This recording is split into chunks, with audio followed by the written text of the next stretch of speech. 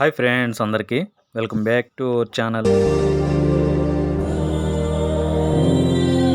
మొత్తానికి చిక్స్ విషయంలో 2 వారాలు కంప్లీట్ చేసి 3వ వారంలోకి అడుగు పెట్టేసాము. మొన్నటిదాకా మా బుడ్డోడు అదేనండి ఎర్రపిల్ల కాపలాగా ఉన్నాడు కదా, వాడు పక్కన ఫుడ్ తీసుకోవడానికి వెళ్ళాడు. ఈ లోపల ఈ బండోడు వచ్చాడు అనమాట.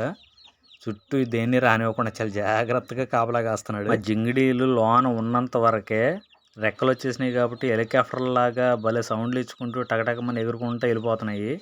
ఏమాత్రం గాబును పైకి లేపామో మన కనుచూపు మేరలో కూడా ఉండవు.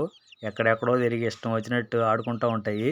శత్రువు అలర్ట్ కోసం సౌండ్ ఇస్తే చూడండి ఎలా పరిగెడుతున్నాయో, భలే అన్నీ ఒక తెగిపోతాయి. వీటిని బయటికి రిలీజ్ చేసేటప్పుడు మాత్రం కంపల్సరీ నేను ఉంటాను దగ్గర. ఎందుకంటే చుట్టూ ఇంకా పెద్ద పెద్ద కోళ్ళు ఉన్నాయి కాబట్టి అందులో మా బుడ్డోడు అయితే చిన్నపిల్లల్ని గాల్లోకి లేపుతాడు. అలాగే కొన్ని పెట్టలు కూడా ఉన్నాయి కదా, వాటికి పిల్ల ఉన్నాయి కాబట్టి కొత్త పిల్లల్ని పొడిచే ప్రయత్నం చేస్తూ ఉంటాయి. సో చాలా కేర్ఫుల్గా ఉండాలి కాబట్టి వీటిని బయటికి రిలీజ్ చేసినప్పుడు కంపల్సరీ నేను చెక్ చేసుకుంటూ ఉంటాను.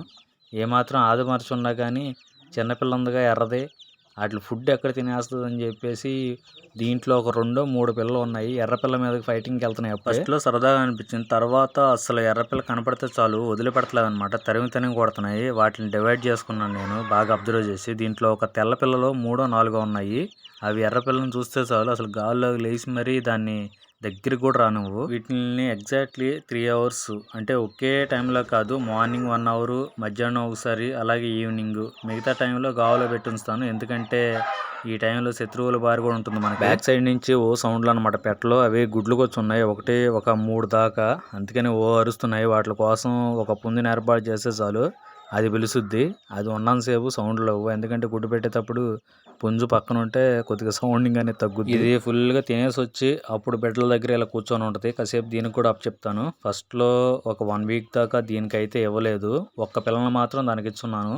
నేను కష్టపడి వీటిని ఒక 11 డివైడ్ చేశాను కదా, 2 వారాలు కంప్లీట్ అయిన తర్వాత మాత్రమే ఇలాగా దానికి అప్పచెప్తున్నాను. అయినా కానీ దీని దగ్గర ఎంతసేపు ఉండవు. ఫుల్గా నేను ఇచ్చిన ఫీడ్ తినేసి చూడండి ఎలా కెలుక్కుంటున్నాయో. అక్కడ వాటికి చల్లగా ఒక గుంటలాగా ఏర్పాటు చేశాను. మట్టి మేదేసుకొని శుభ్రంగా ఆడుకుంటున్నాయి. ఇక్కడైతే దీంట్లో ఒక పిల్ల కామెడీ చూడాలి. కాసేపు నా దగ్గరికి వచ్చింది, నా కాలు మీద పడుతూ ఉంది.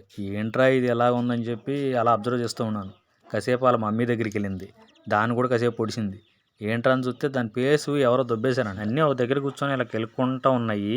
మధ్యలో ఏం పని వచ్చింది పాపం, వాటర్ తాగడానికి అనుకుంటా. ఒక ఎర్రపిల్ల ఈ చివరిలో ఉంది చూసారా ఫ్రంట్లో, అది పక్కకి వెళ్ళి నీళ్ళు తాగొచ్చే లోపల ఇంకో పిల్ల వచ్చేసి దాని ప్లేస్లో కూర్చుంది. ఇంకా అప్పటి నుంచి తిరుగుతానే ఉంది, నా ప్లేస్ నాకు ఇచ్చేయండి అని. చూసారా దాని తల్లి దగ్గర ఉంది కదా ఈ ఎర్రపిల్లలే, నా ప్లేస్ నాకు ఇస్తే కానీ నేను అక్కడికి వెళ్ళను అని చెప్పి పాపం తెచ్చుకొని అలిగిందనమాట. దాని విన్యాసాలు చూసి నాకైతే పిచ్చ నవ్వు అయితే వచ్చింది. ఎందుకంటే తిన్నగా ఉండదు.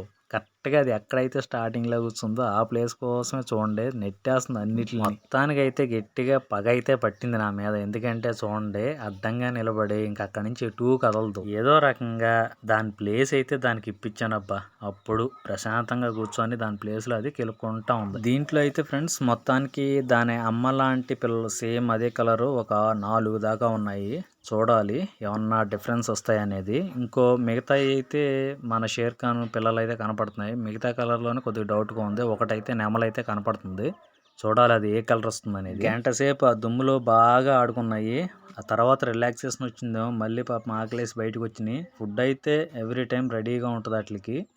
బాగా తినేసి చూడండి ఇట్లాగా హెలికాప్టర్ మాదిరిగా సౌండ్లు కూడా భలే ఇస్తూ ఉంటాయి. మా బుడంకాయలకి రెక్కలు ఎప్పుడైతే వచ్చినాయో ఇంకప్పటి నుంచి ఆడించుకుంటూ గాల్లోనే వెళ్తున్నాయి అనమాట. నేల మీద అయితే ఉండలేదు. ఫ్రెండ్స్ ఇవి జాగ్రత్త చేసుకుంటేనే వీటితోనే మనకి నెక్స్ట్ జనరేషన్ స్టార్ట్ అవుద్ది. ఈ లోపల మనం ఎన్ని బయటికి తీయగలుగుతాం అనేది చూడాలి.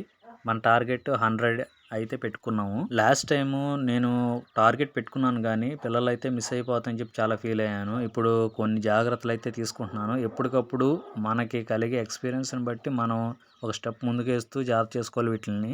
ఎందుకంటే ఎప్పుడు ఏం జరుగుద్ది అనేది మనం చెప్పలేము. 99% మన కష్టంతో పాటు 1% లక్ కూడా ఉండాలి. ఎందుకంటే ఆ లక్ లేకపోతే మనం ఎంత కష్టపడ్డా సరే అనుకున్నది రీచ్ అవ్వడానికి మళ్ళీ కొద్దిగా టైం అయితే పడుతుంది.